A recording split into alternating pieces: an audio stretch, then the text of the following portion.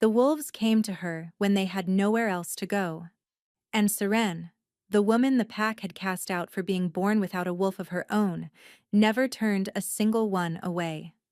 It started with a lone pup, half-starved and trembling, deposited at her doorstep by a silver she-wolf who vanished into the mist before dawn. Then another came, and another. Soon the wolves of Valthorn were bringing her every orphan, every abandoned cub, every creature the pack deemed too weak to survive.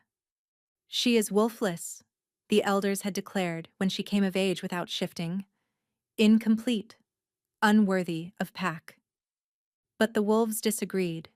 They came to her in the night, pressing their muzzles against her palms, curling around her fire, trusting her with their most vulnerable.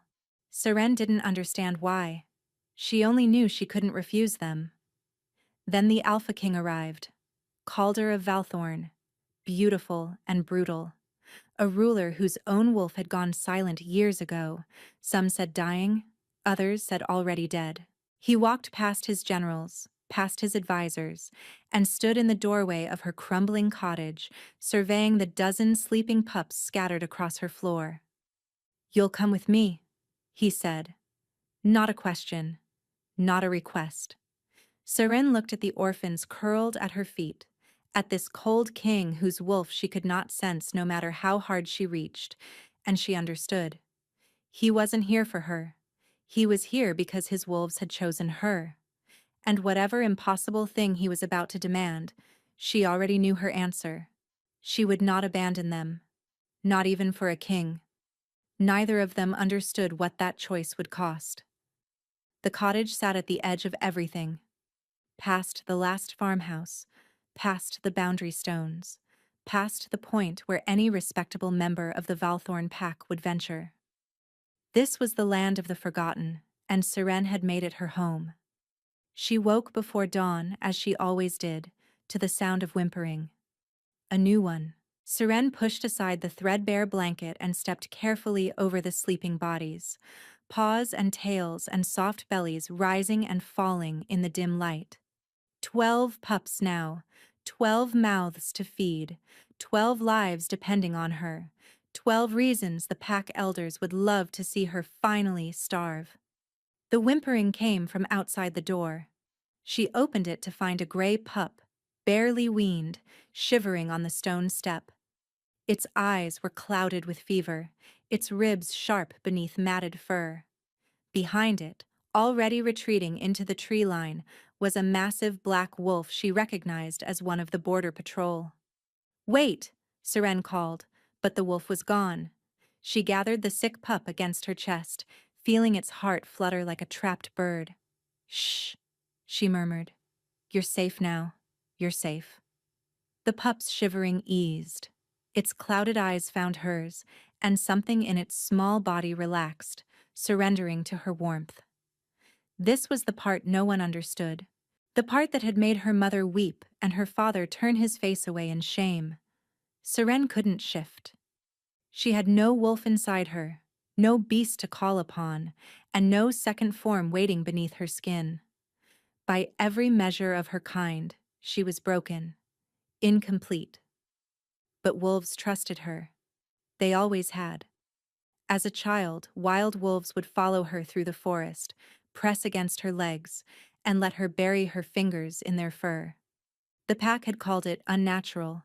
Her father had called it a curse. And when she reached her 20th year without shifting, when it became clear that no wolf would ever rise inside her, they had cast her out entirely. "Wolfless women bring doom," Lord Heron had proclaimed at her exile.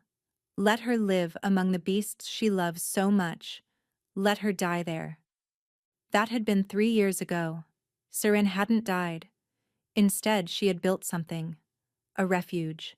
A sanctuary for every creature the pack discarded. She carried the sick pup inside and set to work applying herbs and warmth. By the time the sun crested the eastern mountains, the pup's fever had broken. It slept now in a nest of blankets near the fire, surrounded by the others, already accepted into the strange little family Seren had gathered. She was grinding herbs for a poultice when she felt it. A presence. Massive. Approaching from the north. Seren's hands went still. She couldn't sense wolves the way true shifters could, couldn't feel the invisible threads of pack bonds that connected her kind. But she had learned to read the forest, to notice when the birds went silent, when the wind shifted, when something powerful moved through the trees. Something powerful was moving now. She stepped outside. The morning was gray and cold, mist curling between the pines. For a long moment, nothing moved. Then the first rider emerged from the fog. Royal guards. 6 of them, in black leather and silver mail, their horses stamping nervously at the edge of her clearing. They fanned out in formation, creating a corridor. And through that corridor came the king. Seren had never seen Calder of Valthorn in person. She had only heard the stories. That he had killed his own brother to claim the throne. That his wolf had gone mad with grief and then gone silent. That he ruled with an iron fist and a frozen heart, feeling nothing, fearing nothing, needing no one. The stories had not mentioned that he was beautiful. He dismounted with fluid grace, and Seren's breath caught despite herself. He was tall, taller than any man she'd known, with black hair that fell past his collar and eyes the color of winter storms. His face was all sharp angles and elegant brutality, a face that could command armies, seduce kingdoms, and destroy lives without a flicker of remorse.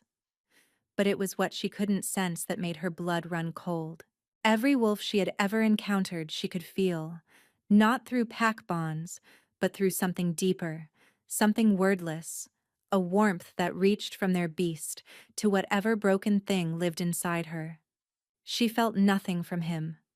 Where his wolf should have been, there was only silence. Cold. Empty. A void where a beast should live. "You are Seren," he said. His voice was low, controlled, utterly without warmth. The wolfless woman. She lifted her chin. The wind caught her copper hair, tangling it across her face. But she didn't look away. "I am." He studied her with those pale gray eyes, and Seren had the unnerving sense of being weighed, measured, found wanting. Behind him, his guards watched with barely concealed disgust. "My wolves come here," Calder said. It wasn't a question. "They bring me their pups," Seren replied. "The ones the pack won't raise. The ones that would die without care." "I'm aware." He stepped closer, and the cold radiating from him intensified. "I've been aware for some time. My border patrol reports to me. Every wolf that crosses into your territory, every pup left at your door." His jaw tightened. "They should not come to you. You are not pack. You are nothing." The words landed like blows, but Seren refused to flinch. "And yet they come." "Yes." Something flickered in his eyes, gone too quickly to name. "They do." He turned and surveyed her cottage, her garden, the small pen where 2 older pups were wrestling in the mud. His expression revealed nothing. "You will come with me to the capital," he said finally. Seren's heart stopped. "What?" "You'll be housed in the castle, given resources, staff, and proper facilities." He turned back to her, his gaze sharp. "The pups will come with you. All of them. You will oversee their care and raising under my authority." It made no sense. Kings did not visit wolfless outcasts. Kings did not care about orphaned pups. Kings certainly did not invite cursed women into their castles. "Why?" Seren demanded. For a long moment he didn't answer. Then he said, "Because my wolves have chosen you, and I would very much like to know why." He stepped past her toward the cottage door, pausing at the threshold to look down at the sleeping pups inside. Something crossed his face, so brief she almost missed it. Longing. Raw and desperate and utterly at odds with everything else about him. Then it was gone, and his expression was stone once more. "You have 1 hour to gather your things," he said without turning. My guards will assist with the pups. And if I refuse? Now he turned. Those winter eyes met hers, and Seren felt a chill that had nothing to do with the morning air. You won't, he said quietly. Because refusing means abandoning them. And we both know you would rather die than do that. He walked into her cottage without permission, and Seren stood frozen in the doorway, heart pounding, mind racing. He knew. Somehow, impossibly, he knew the one thing that could compel her. And as she watched the Alpha King of Valthorn kneel beside a sleeping pup, reaching out with one careful hand to touch its fur, she saw it again. That flicker of longing. That desperate, hungry look. Like a man who had lost something precious and would burn the world to get it back. What have his wolves seen in me, she wondered, that their king cannot? And what will happen when he finds out? The journey to the capital took 3 days. Seren rode in a covered wagon with the pups, 14 now since 2 more had been brought to her cottage in the hour before departure. The guards had watched in disbelief as a pair of wild wolves emerged from the forest, each carrying a pup by the scruff, and deposited them at Seren's feet before vanishing. This is unnatural, one guard had muttered. This is exactly why she's coming, another had replied.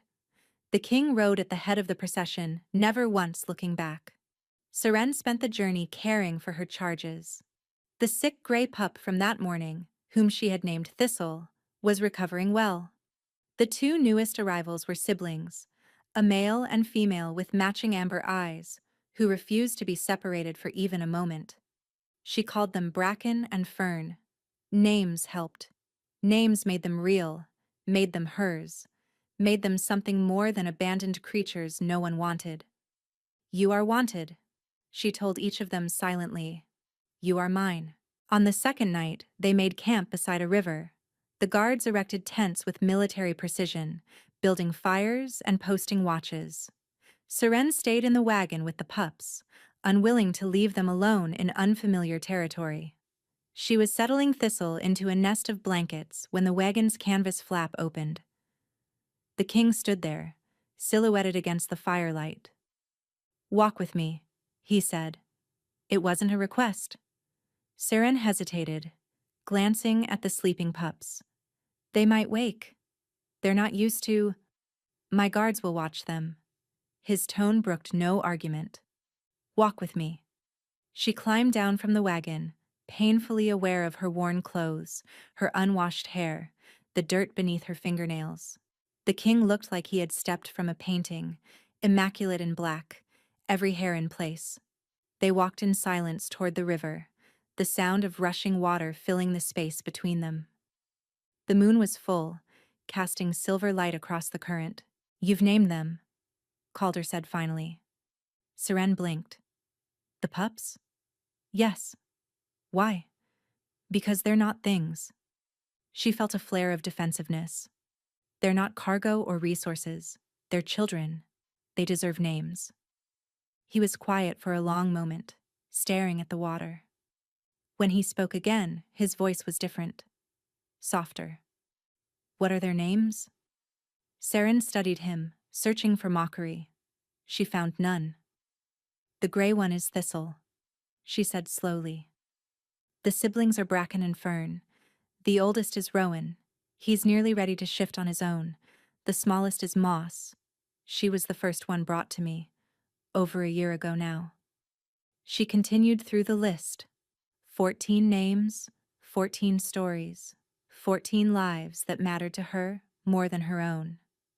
The king listened without interruption. When she finished, he said, You love them. Of course I love them. Even though they're not yours. Even though you gained nothing by taking them in. Even though caring for them has made your life immeasurably harder. Seren frowned. Love isn't transactional. Something shifted in his expression. That flicker again. That raw and desperate thing. No, he said quietly. It isn't. They stood in silence for a moment, the river rushing past, the moon watching from above. Then Calder spoke again, His voice returned to its usual controlled flatness. When we reach the capital, you will be given quarters in the East Wing. A full staff, healers, resources, everything you need for the pups. You will answer only to me. And in return?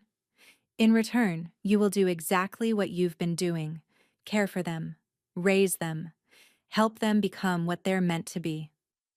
It sounded too simple, too good. There's more, Seren said. There has to be. The king turned to face her fully, and in the moonlight she could see how pale he was, how the shadows beneath his eyes spoke of sleepless nights, how his hands trembled slightly. You will not speak of what you sense in me, he said. Or rather, what you don't sense. Seren's breath caught. Your wolf is dying. The words fell like stones into still water. Has been dying for 7 years.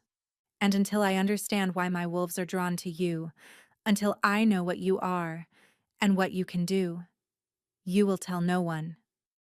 The weight of it pressed down on her. A king with a dying wolf. A kingdom that didn't know. A secret that could shatter everything. If I agree, Seren said carefully, what happens to the pups if you die? What happens to me? If I die, you'll have my protection in writing. The pups will be provided for. You'll have land, resources, independence. His jaw tightened. But I don't intend to die. Not yet. Seren thought of thistle, of bracken and fern, of little moss who had been the first to trust her. I agree to your terms, she said. Calder nodded once. Then we have a bargain. He turned to walk back to the camp, then paused, half turning, his profile sharp against the moonlight. Seren. It was the first time he'd spoken her name. Yes? My wolves chose you, he said quietly. I need to know why. But until I do understand this.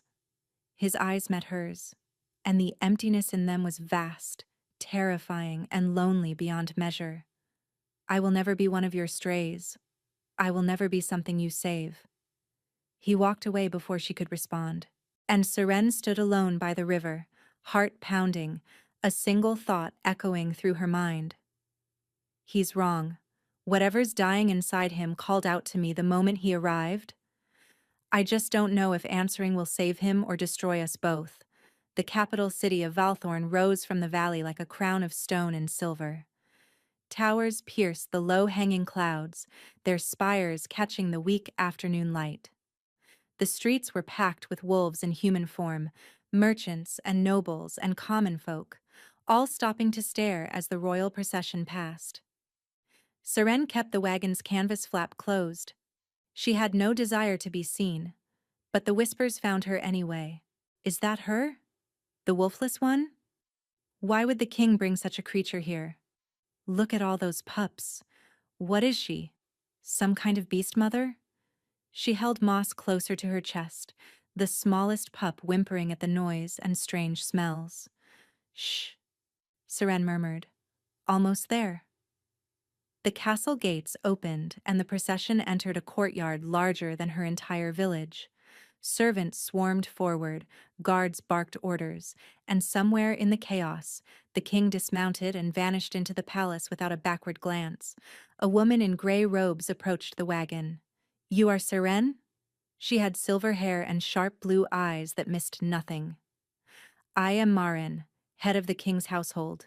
You and your charges will follow me. The word charges carried a weight of skepticism. Seren climbed down, Moss still in her arms, and gestured for the guards to begin moving the other pups. The two who were old enough to walk on their own, Rowan and a fierce little female named Sorrel, stayed close to her legs, growling softly at anyone who approached too quickly. Marin's eyebrows rose. They're protective of you.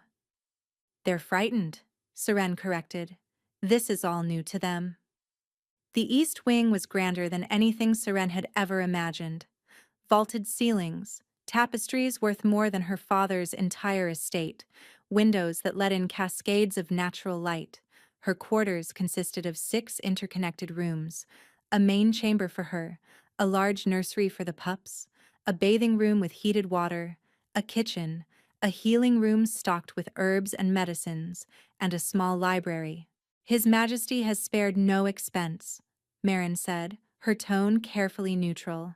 You will have a staff of 8, including 2 healers who specialize in wolf pups. Meals will be brought 3 times daily. You are permitted to move freely within the East Wing, but access to the rest of the castle requires an escort. A gilded cage, Seren thought, but a cage, nonetheless. When will I see the king? She asked. Marin's expression flickered. His Majesty is not accessible. You will be summoned if and when he requires you. The door opened behind them, and a young woman swept in without knocking. She was beautiful in the way polished blades are beautiful, all sharp edges and gleaming surfaces. Her hair was copper red, her eyes golden, her bearing that of someone who had never been denied anything. So this is her, the woman said, circling Seren like a predator assessing prey. The wolfless wonder. Marin bowed stiffly. Lady Vivian, I wasn't informed you would be visiting. I go where I please. Vivian stopped directly in front of Seren. You don't look like much. Seren met her gaze without flinching. And you are? A flash of surprise, quickly masked. I am Lady Vivian Ashford, daughter of Lord Commander Ashford, future Queen of Valthorn. She smiled, and it didn't reach her eyes. Or I was, until the king decided to bring home a pet project. The implication landed like a slap. Future queen. This woman expected to marry Calder. And she saw Seren as a threat. I'm not here to be anyone's queen, Seren said carefully. I'm here to care for orphaned pups. Nothing more. Is that what he told you? Vivian laughed, the sound like breaking glass. The king doesn't do anything without reason. If he's brought you here, it's because you have something he wants. And when he's done with you, when he's extracted whatever use you have, he'll discard you like all the rest. She leaned closer, her voice dropping to a whisper. I've seen it before. The women who think they can reach him, the healers who promise cures, the witches who offer magic. Her eyes glittered. They all end up the same way. Broken, banished, or buried. Marin stepped forward. Lady Vivian, I must ask you to leave. Guest. Vivian's lips curled. Is that what we're calling it? But she withdrew, sweeping toward the door. At the threshold, she paused. A word of advice, wolfless one. Whatever you think you sense in him, whatever hope you're clinging to, let it go. Calder of Valthorn has no heart left to give. His wolf saw to that. Her smile turned cruel. Ask anyone what happened to his mate. Ask what he did when she died. Then tell me if you still want to save him. She was gone before Seren could respond. Marin exhaled slowly. I apologize for that. Lady Vivian is persistent in her ambitions. His mate, Seren said quietly. The king had a mate? Marin's expression shuddered. That is not my story to tell. She left, and Seren stood alone in the grand chamber, haunted by words she couldn't ignore. What happened to his mate? What did he do when she died? She moved to the window looking out over the castle grounds. Below, she could see the king crossing a courtyard, flanked by advisors, his black coat stark against the gray stone. Even from this distance, she could feel it. That void, that silence, that terrible, aching absence where his wolf should be. It wasn't just dying, she realized. It was grieving. And whatever had broken inside him had happened long ago, long before she arrived, long before his wolves started bringing her their unwanted pups. But they had chosen her anyway. His wolves, the creatures who should have been extensions of his own soul, had looked at their dying king and decided that she, a wolfless outcast with nothing to offer, was the answer. Why? A soft whimper drew her attention. Thistle had woken and was padding toward her on unsteady legs. Seren knelt, gathering the pup into her arms. "I don't know what I'm doing here," she whispered. "I don't know what they want from me. I don't know how to save a king whose wolf has given up." Thistle licked her chin. And somewhere deep inside her, in that wordless place where wolves had always reached her, something stirred. A whisper. A pull. "Find him," it seemed to say. "Reach him before it's too late." Saren closed her eyes. She had spent her whole life being told she was incomplete, broken, unworthy. But wolves had always known better. Wolves had always seen something in her that others couldn't. If the king's wolves believed she could save him, then maybe they were right. And if Lady Vivian was also right, if trying to reach him would break her, banish her, or bury her, then at least she would have tried. She pressed a kiss to Thistle's head and made her choice. "I will find out what happened to him. I will find out why his wolf is dying. And I will not let him push me away, no matter how cold he becomes. The wolves chose me, and I do not abandon what is mine." 3 days passed before Seren saw the king again. She spent the time settling the pups into their new home, learning the rhythms of the castle, and carefully avoiding Lady Vivienne. The staff assigned to her were efficient but distant, clearly unsure what to make of the wolfless woman their king had installed in the East Wing. Only one of them showed genuine warmth. Her name was Brinley, a young healer with kind brown eyes and a gift for calming frightened pups. She had arrived on the second morning and immediately knelt on the nursery floor, letting Moss climb into her lap. "I raised 3 litters of my own before coming to the castle," Brinley explained. "Lost my mate in the border wars. The pups are grown now, but I miss having little ones around." Seren liked her immediately. On the 3rd day, Marin appeared at her door with an expression that suggested bad news. "You've been summoned to the Great Hall," she said. "The king is holding court. He wishes to present you formally." Seren's stomach dropped. "Present me?" "To the nobles, the pack leaders, the council." Marin's lips pressed thin. "Lady Vivian's father has demanded an explanation for your presence. The king has chosen to provide one publicly." A public spectacle. Seren would be displayed before the entire court, judged and whispered about, her wolfless status announced for all to hear. The dress was finer than anything Seren had ever worn. Deep green velvet that brought out the copper in her hair. Simple in cut, but clearly expensive. She stared at herself in the mirror and barely recognized the woman looking back. "You're still wolfless," she reminded herself. "No dress changes that." The great hall was enormous. Pillars of black stone rose to a vaulted ceiling painted with scenes of wolf hunts and ancient battles. Hundreds of nobles filled the space. At the far end, on a raised dais, sat the king. Calder wore black, as always. A crown of silver thorns rested on his dark hair, and his expression was carved from ice. Beside him, in a seat of honor, Lady Vivian glittered in gold, her smile triumphant. Seren walked the length of the hall alone. Every step felt like a mile. Whispers rose around her like smoke. Wolfless, truly wolfless. The king has lost his mind.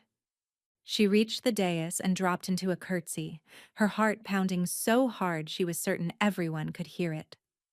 "Rise," Calder commanded. She obeyed, lifting her chin, meeting his winter-gray eyes without flinching. "Lords and ladies of Valthorn," the king said, his voice carrying through the hall. "You have questions about the woman before you. I will answer them."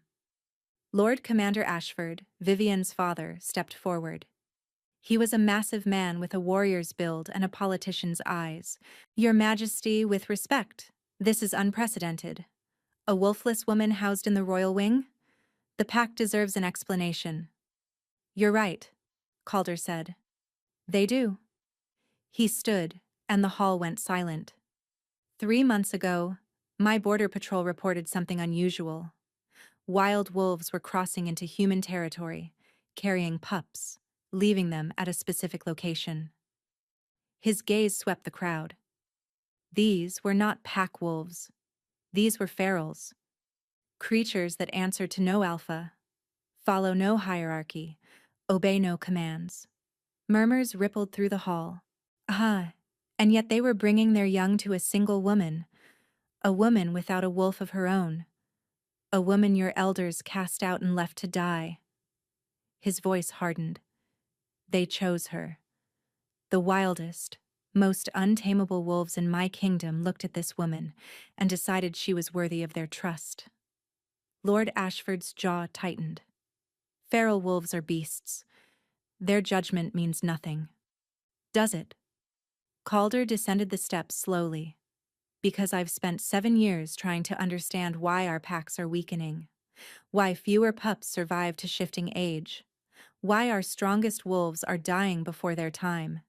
He stopped in front of Seren. And in 3 months, this woman has raised more orphaned pups to health than our royal healers have managed in 3 years. The whispers changed tone. Confusion now, mixed with reluctant curiosity. She will remain in the castle under my protection, Calder continued. She will continue her work with the pups. And anyone who interferes with her, threatens her, or harms her in any way, will answer to me personally. His gaze found Lady Vivian, who had gone very pale. Do I make myself clear? The silence was absolute. Then, one by one, the nobles bowed their heads in acknowledgement. Lord Ashford was the last to submit. His bow was shallow, his expression murderous, but he bowed. Calder turned back to Seren. For just a moment, the ice in his eyes thawed. You may return to your quarters, he said quietly. Your pups are waiting. Seren curtsied again, her mind reeling. He had defended her, publicly, fiercely, without hesitation. Why? She walked back through the hall with her head high, and this time, the whispers had a different quality. Not just contempt now, fear. That night, Seren couldn't sleep. She sat in the nursery, surrounded by sleeping pups, replaying the scene in the great hall. A soft knock at the door made her jump. She opened it to find a servant holding a small wooden box. From His Majesty, the servant said, bowing, with instructions that you open it alone. Seren took the box and closed the door. Her hands trembled as she lifted the lid. Inside, nestled on black velvet, was a pendant. Silver, shaped like a wolf's paw print, with a single moonstone at its center. Simple, elegant, and clearly very old. Beneath it was a note in precise handwriting. This belonged to my mother. She believed that wolves could sense what humans cannot. She was right. Wear it or don't. But know that as long as you're under my roof, no one will touch you. Seren lifted the pendant, feeling its weight in her palm. The moonstone caught the candlelight. His mother's pendant. He had given her something that mattered. Why? She clasped it around her neck, feeling the cool silver settle against her collarbone. And somewhere in the castle, in chambers she had never seen, she could have sworn she felt something stir. A whisper of warmth in that vast, terrible void. Gone before she could be certain it was real. Weeks passed.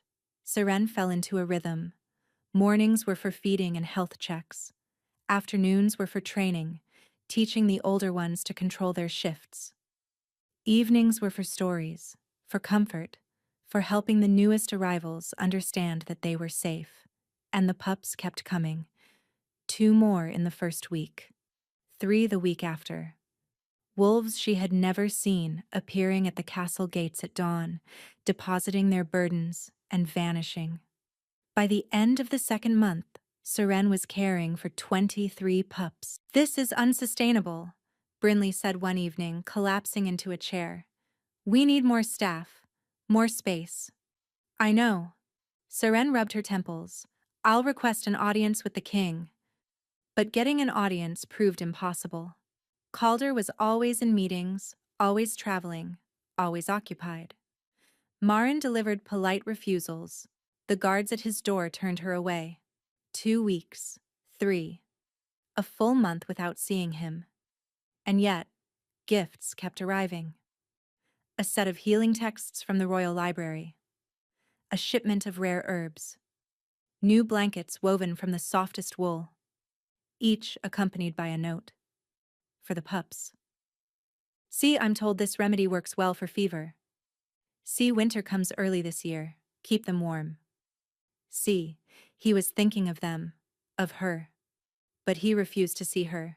Then, on a night when the first snow was falling, everything changed. Seren woke to screaming, not human screaming, wolf screaming, the high, desperate sound of an animal in terrible pain. She was out of bed and running before she fully understood what was happening, following the sound through corridors she barely knew. The screaming led her to the West Wing, to the king's chambers. 2 guards blocked the door, their faces pale with fear. "You can't go in," one said. "His Majesty gave strict orders." Another scream tore through the air, and Seren felt it in her bones. Not just pain, grief, loss, the sound of something dying. "That's his wolf," she breathed. "His wolf is dying right now." "It happens sometimes." The guard's voice shook. "There's nothing anyone can do." Seren pushed past him. She heard shouting behind her, felt hands grabbing at her arms, but she was already through the door, already inside the king's private chambers, already seeing what no one was meant to see. Calder was on the floor. He was in his wolf form, or what remained of it. His shift was incomplete, frozen mid-transformation, fur and skin and something horrible in between. His body convulsed, his jaws open in a silent scream. 3 healers surrounded him, chanting, pressing herbs against his twisted form, doing nothing at all. "Get out," Seren ordered them. They stared at her in disbelief. "Now!" Something in her voice made them obey. They fled. And suddenly she was alone with the dying king. Seren knelt beside him. Up close, the wrongness was even more apparent.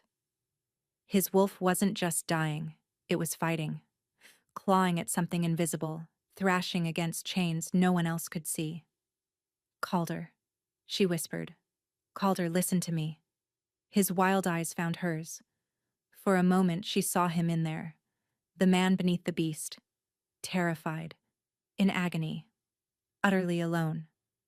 "I'm here." She placed her hands on his twisted form, ignoring the heat, ignoring the wrongness. "I'm here. You're not alone." He convulsed again, a howl tearing from his throat. And Seren did the only thing she knew how to do.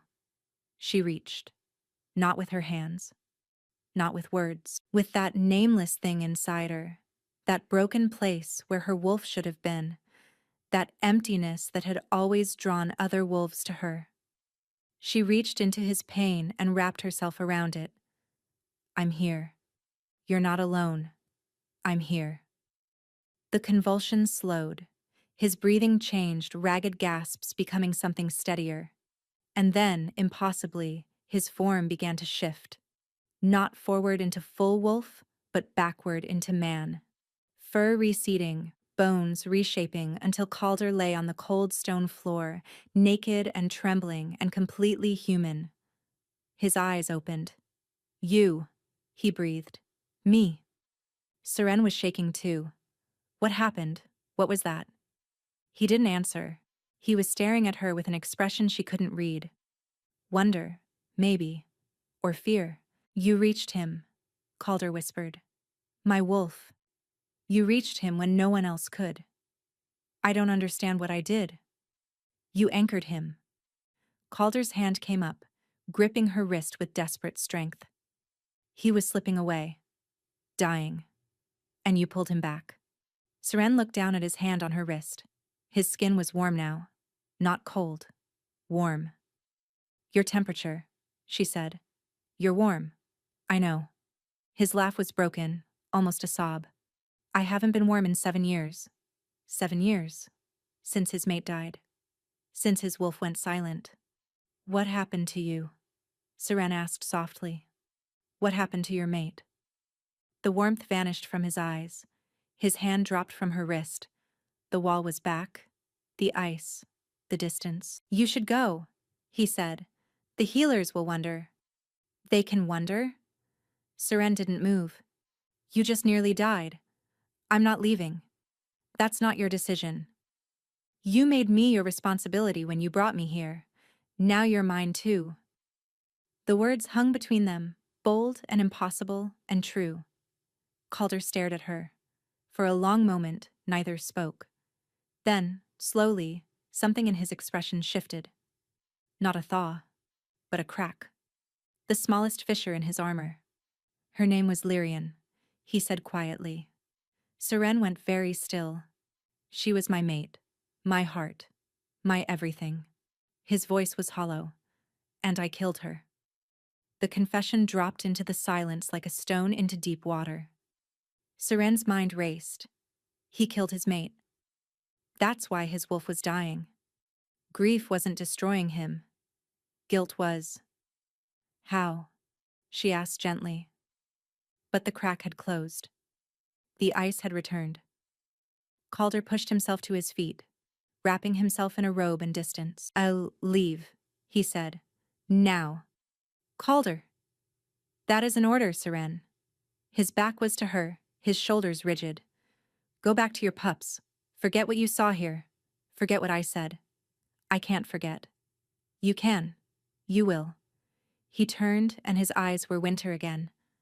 "Because if you don't, if you keep pushing, keep reaching, keep trying to save me, you will learn things you cannot survive knowing."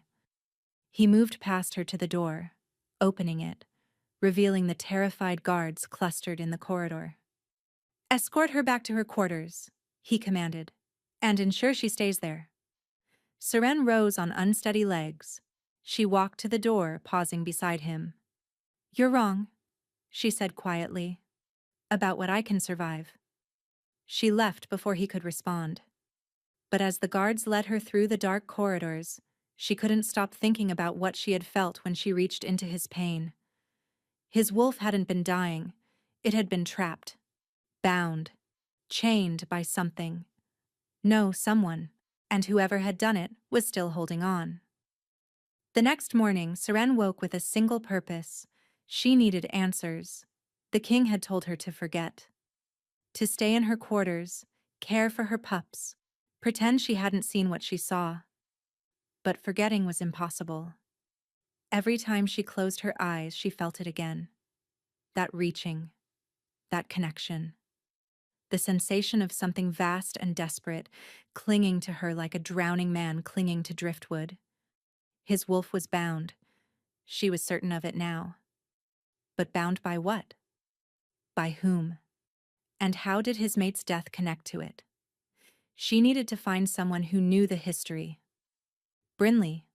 The healer was in the nursery when Seren found her, feeding a bottle to one of the newest arrivals, a tiny silver pup. "I need to ask you something," Seren said. "About the king's mate." Brinley's hand stilled. "That's not a topic anyone discusses," Brinley said carefully. "Not if they want to keep their position. Or their head. I'm not asking for gossip. I'm asking because I think it matters." Seren knelt beside her. "Last night the king's wolf nearly died. I reached him somehow, pulled him back. But what I felt. Brinley, his wolf isn't dying naturally. Something is holding it down, trapping it." Brinley's face went pale. She set the bottle aside. "What I'm about to tell you could get us both killed," she whispered. "You understand that?" "Yes." Brinley closed her eyes, gathering herself. The queen's name was Lyrian. She was beautiful, kind, beloved by everyone. She and Calder were true mates, the real kind, fated and bound from the moment they met. Her voice dropped lower. But not everyone was happy about the match. Lady Vivian's family? Among others. The Ashfords had been promised the throne for generations.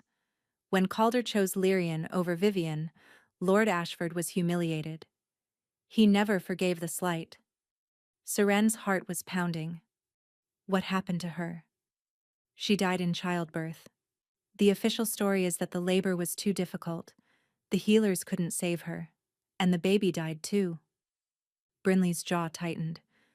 But there were rumors. Whispers that it wasn't natural.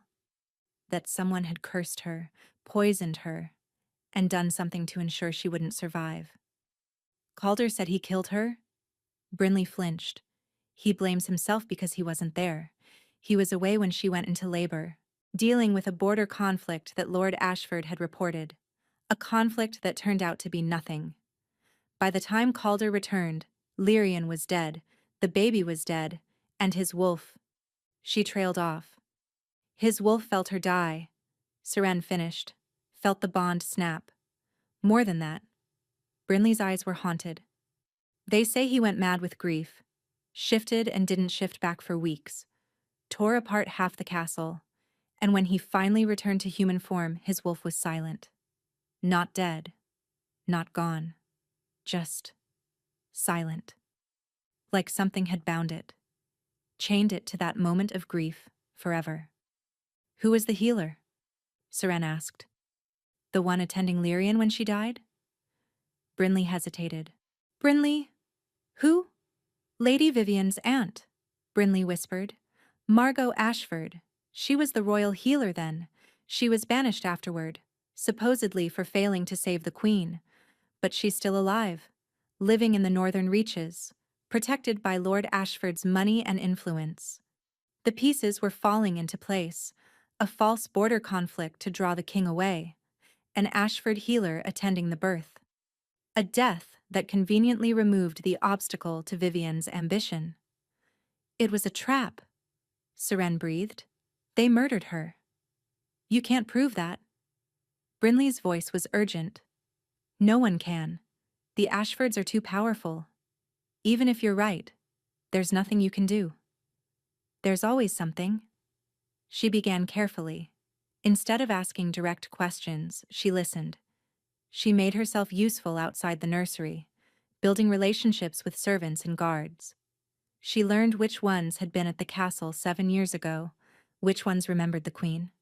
A picture began to emerge. Lyrian had been loved, truly, genuinely loved by everyone she met, and she had been hated by the Ashfords.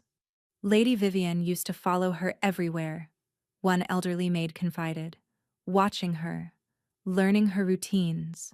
It was unsettling. The night she died, a guard told Seren quietly. I was stationed outside her chambers. I heard screaming. Not pain screaming, fear screaming, like she knew what was happening. Margot Ashford was the only one in the room, another servant whispered. She claimed the queen hemorrhaged, that there was nothing she could do. But when I cleaned the chambers afterward, there was barely any blood. Each story added a thread to the tapestry. Lyrian had been murdered, the baby too. And someone had used that moment, that shattering of the mate bond, to bind Calder's wolf in its grief forever. But why? The answer came from an unexpected source, Lady Vivian herself. They crossed paths in the gardens one evening. You've been busy, Vivian said, asking questions, talking to servants. Did you think I wouldn't notice? Seren met her gaze without flinching. I didn't particularly care if you did. Vivian laughed. You're either very brave or very stupid. Perhaps both. You want to know what happened to the sainted queen. You think if you can figure it out, you can fix him. Can I? No. Vivian stopped in front of her. Because what's broken in him was broken deliberately, and the one who broke it has no intention of letting it heal. Seren's blood ran cold. You. My aunt is a healer living in comfortable retirement. Nothing more. But there was satisfaction in Vivian's eyes she couldn't hide. She leaned closer, her voice dropping to a whisper. The king's wolf is bound to his grief. As long as that grief exists, as long as he blames himself for Lyrian's death, the binding holds. And do you know the beautiful part? Her smile was poison. He can never be free unless he lets her go. But letting her go means admitting she was murdered. Admitting he failed to protect her. admitting that everything he's suffered for 7 years was caused by people he trusted. She stepped back, spreading her hands. He'll die before he admits that. His pride won't allow it. And I will have my throne, one way or another. Her eyes glittered. Either he marries me to secure his legacy, or he dies, and the council names my father regent. Either way, the Ashfords win. Seren's hands were shaking with rage. I won't let that happen. You won't let it? Vivian's laugh was bright with amusement. You're nobody. What could you possibly do? I pulled his wolf back from death when your binding nearly killed him. The amusement vanished from Vivian's face. Yes, Seren continued. I reached him. I anchored him. Whatever your family did to trap his wolf in grief, I broke through it. And I can do it again. For the first time, Vivian looked afraid.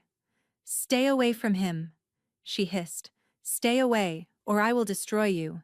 Your pups, your staff, everyone you care about. I will burn it all to the ground. She swept away, her ladies-in-waiting scrambling to follow, and Seren stood alone in the darkening garden, heart pounding, mind racing. She had her answer now.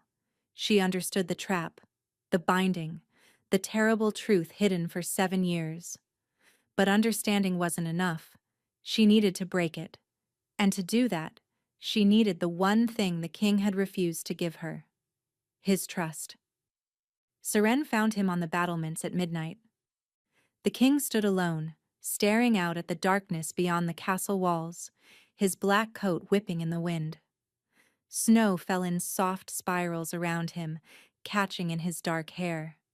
He didn't turn when she approached. You should be sleeping, he said. So should you. A ghost of amusement crossed his face. I don't sleep much anymore. Seren moved to stand beside him, close enough to feel the warmth still radiating from his skin. That warmth hadn't faded since the night she'd reached his wolf. I know what happened to Lyrian, she said. Calder went rigid. I know she was murdered. I know the border conflict was a trap to draw you away. I know Margot Ashford was alone with her when she died. And I know the Ashfords have been waiting 7 years for you to either marry Vivian or die so they can claim the throne. The silence that followed was terrible. When Calder finally spoke, his voice was barely a whisper. Who told you this? Everyone. No one. The pieces were all there, scattered across a dozen whispered conversations. Your people know the truth, Calder. They've always known. They're just too afraid to speak it. His hands gripped the stone railing, knuckles white. You're wrong. I'm not. You have to be. He turned to face her, his eyes wild, desperate. Because if you're right, then I failed her. I let them take her from me. I let them... His voice broke. Seren reached for him, placing her hand over his. You didn't let them do anything. They deceived you. They planned this for months. Maybe years. You couldn't have known. I should have known. The words tore out of him like a wound reopening. I was her mate, her alpha. I was supposed to protect her, and instead I rode off to chase shadows while they slaughtered her in our own bed. And your wolf has been punishing you ever since. Calder flinched as if she'd struck him. That's why he went silent, Seren continued gently. Not because the mate bond broke, because you blamed yourself so completely that he couldn't bear to feel what you were feeling. So he retreated. And someone used that grief, that guilt, to bind him there. Bound. Calder's laugh was hollow. You keep saying that word. Because it's true. I felt it when I reached him that night. Your wolf isn't dying of natural causes. He's trapped. Chained to the moment of Lyrian's death. Forced to relive that grief over and over. Because something is holding him back. She stepped closer, lifting her hand to his face. He flinched but didn't pull away. Margot Ashford was a healer, Seren said quietly. But she was also something else. Something your kingdom banned generations ago. Understanding dawned in his eyes. A witch? A blood witch, the darkest kind. She used Lyrian's death, the breaking of your mate bond, to cast a binding on your wolf. As long as you blame yourself, as long as you carry that guilt, the binding holds. Then it holds forever. Calder's voice was bleak. Because I will never stop blaming myself. If I let go of that guilt, I let go of her. No. Seren shook her head fiercely. You let go of the lie.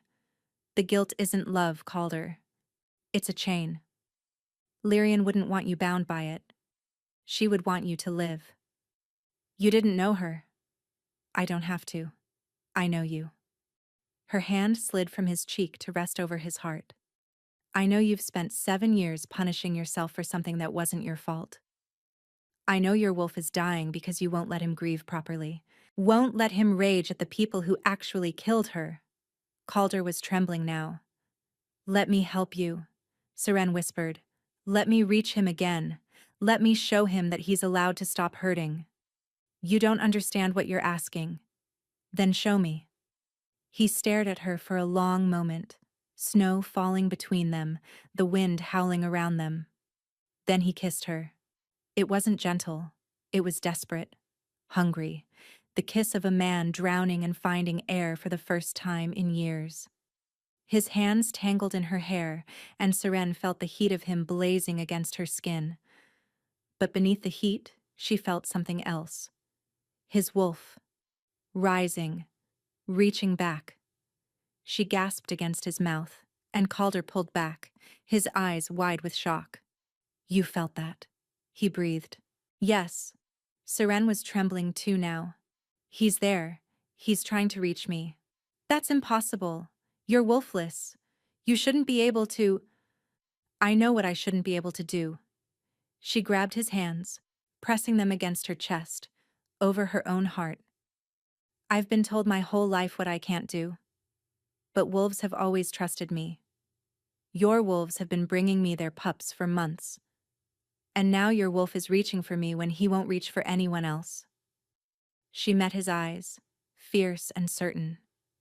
Maybe I'm not wolfless. Maybe whatever is inside me is something different. Something that was always meant for this. For you.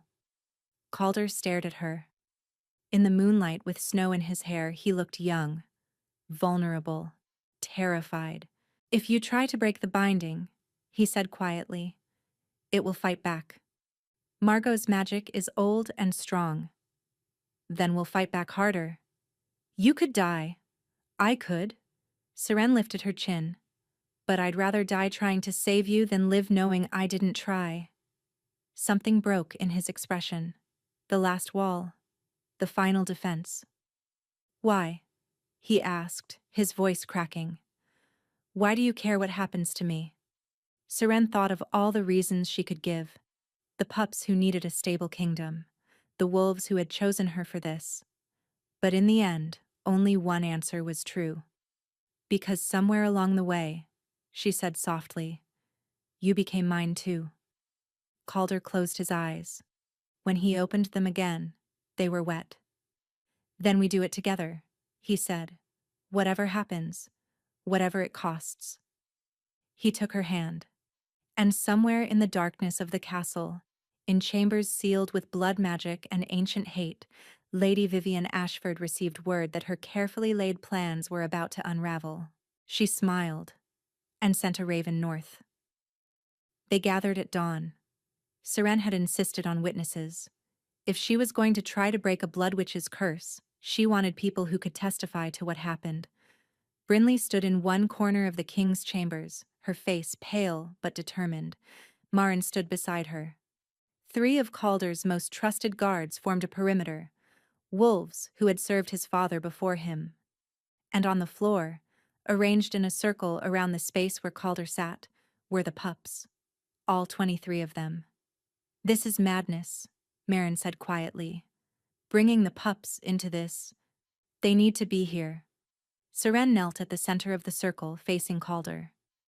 Whatever is inside me, whatever lets me reach wolves when I shouldn't be able to, it's connected to them. They strengthen it. Calder sat cross-legged on the stone floor, stripped to the waist, his skin pale in the morning light. The cold had returned to him overnight, worse than before, as if the binding had sensed what was coming.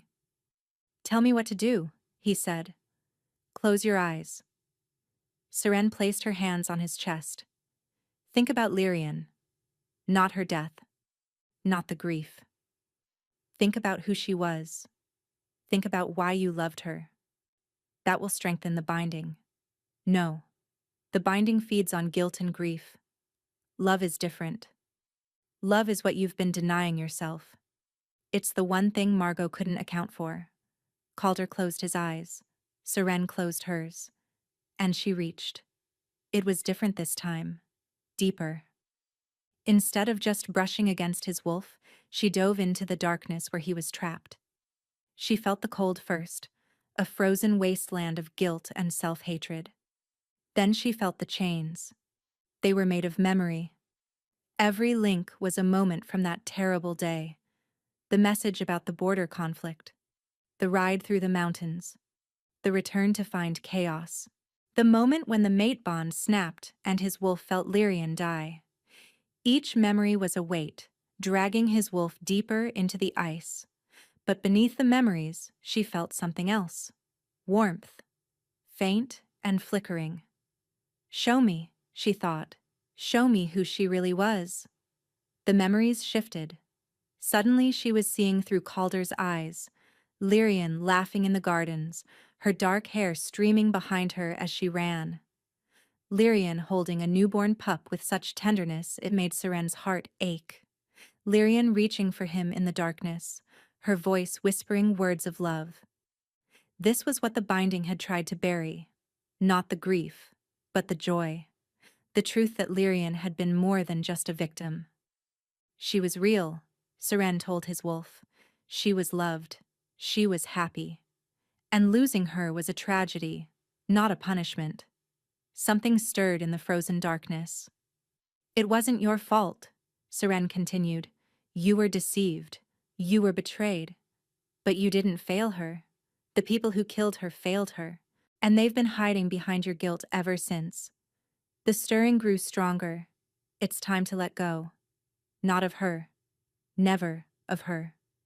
But of the lie that you deserve this pain. Deep in the ice, something cracked. A howl rose from the darkness. Not a howl of grief this time. A howl of rage. Yes, Seren thought. Feel it. Feel the anger you've been burying for 7 years. The ice shattered. Seren was thrown backward as power erupted from Calder's chest. She hit the ground hard, gasping, and looked up to see something impossible. His wolf was emerging, not a partial shift. A full, complete, glorious wolf, massive and silver white, his eyes blazing with fury that had been denied for far too long. He threw back his head and howled, and the sound shook the castle to its foundations. The pups answered him. 23 small voices raised in unison, a chorus of welcome and recognition. Their alpha was awake. Their alpha was free. And they were his pack, connected by bonds no blood magic could touch. Calder's wolf turned to look at Seren. For a moment she feared she'd made a terrible mistake, that his rage would consume everything. But then he padded toward her, his great silver head lowering, and pressed his muzzle against her palm. "Thank you," she felt him say. "Thank you for finding me in the dark." Tears streamed down Seren's face as she buried her fingers in his fur. Then the doors burst open. Lady Vivian stood in the entrance, flanked by her father's guards. Behind her, supported by 2 attendants, was an ancient woman with white hair and eyes that glittered with malice. Margot Ashford. "Well," the old witch said, her voice like cracking ice.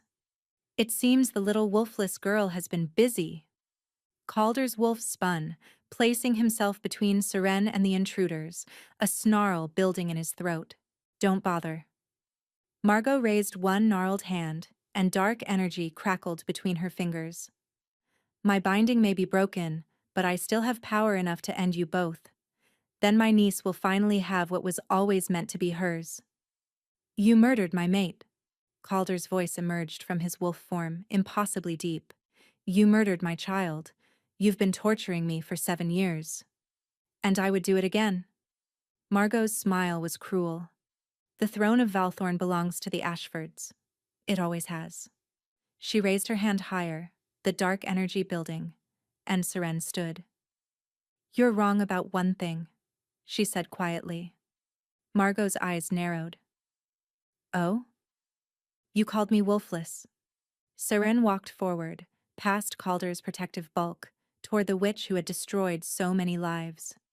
My whole life, people have called me that. Broken, incomplete, wrong. The pups were standing now, forming ranks behind her. But wolves have never seen me that way. Wolves have always known what I am. Seren felt something rising inside her, something vast and ancient. I'm not wolfless. I'm something else entirely. She reached, not for Calder's wolf this time, for all of them, for the 23 pups who trusted her, for the wild wolves who had brought them to her door, for every wolf in Valthorn who had sensed her presence and felt drawn to her without understanding why. She reached, and they answered. Power surged through her like wildfire, not the power of a single wolf, but the power of a pack. Dozens of wolves, hundreds, maybe more, all lending her their strength. Margot's eyes went wide with terror. What are you? I'm a mother of wolves, Seren said. And she unleashed everything. The dark energy in Margot's hands dissolved like shadow before sunlight. The old witch screamed as the bindings and curses that had sustained her for decades shattered at once. She crumpled to the ground, suddenly ancient, suddenly powerless. Lady Vivian backed away, her beautiful face twisted with fear. Father's guards will do nothing. Marin stepped forward, and Seren saw that the 3 trusted guards had been joined by a dozen more. Lord Ashford has been arrested. His chambers contained evidence of every crime his family has committed. This isn't over, Vivian spat.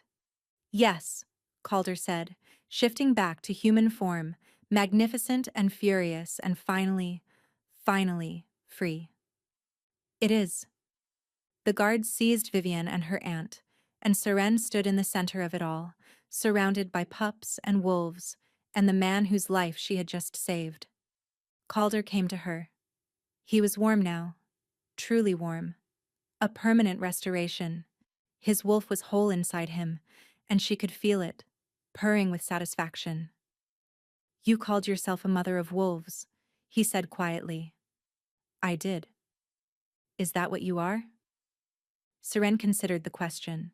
She thought about the wolves who had brought her their unwanted pups, about the wild, wordless thing inside her that had always drawn wolves to her side, about the power that had just connected her to every wolf in the kingdom. I don't know, she admitted. But whatever I am, I'm yours. Calder smiled. It was the first real smile she had ever seen on his face, and it transformed him completely. Then I suppose it's only fair, he said, that I'm yours too. He kissed her again, soft and sweet and full of promise. And around them, 23 pups began to howl with joy. 6 months later, the kingdom of Valthorn was transformed. The Ashfords had been stripped of their lands and titles. Lord Ashford had been executed for treason. Vivian had been exiled to a distant kingdom, and Margot, ancient and powerless, had died in her cell within weeks, her stolen life finally catching up with her. But the real change was harder to see. Wolves who had been abandoned began returning to the pack. Pups who would have died were thriving under Seren's guidance. And the Alpha King, once cold and broken, now walked through his castle with warmth in his eyes. Seren stood on the balcony of their shared chambers, watching the sunset paint the mountains gold and rose, arms wrapped around her from behind, and she leaned back into Calder's warmth. The healers confirmed it today, she said softly. His arms tightened. Confirmed what? She took his hand and pressed it against her stomach. For a moment, he didn't understand. Then his breath caught. Seren. A pup of our own, she whispered. To raise alongside all the others. Calder spun her around, his eyes bright with tears and joy. You've given me everything, he said.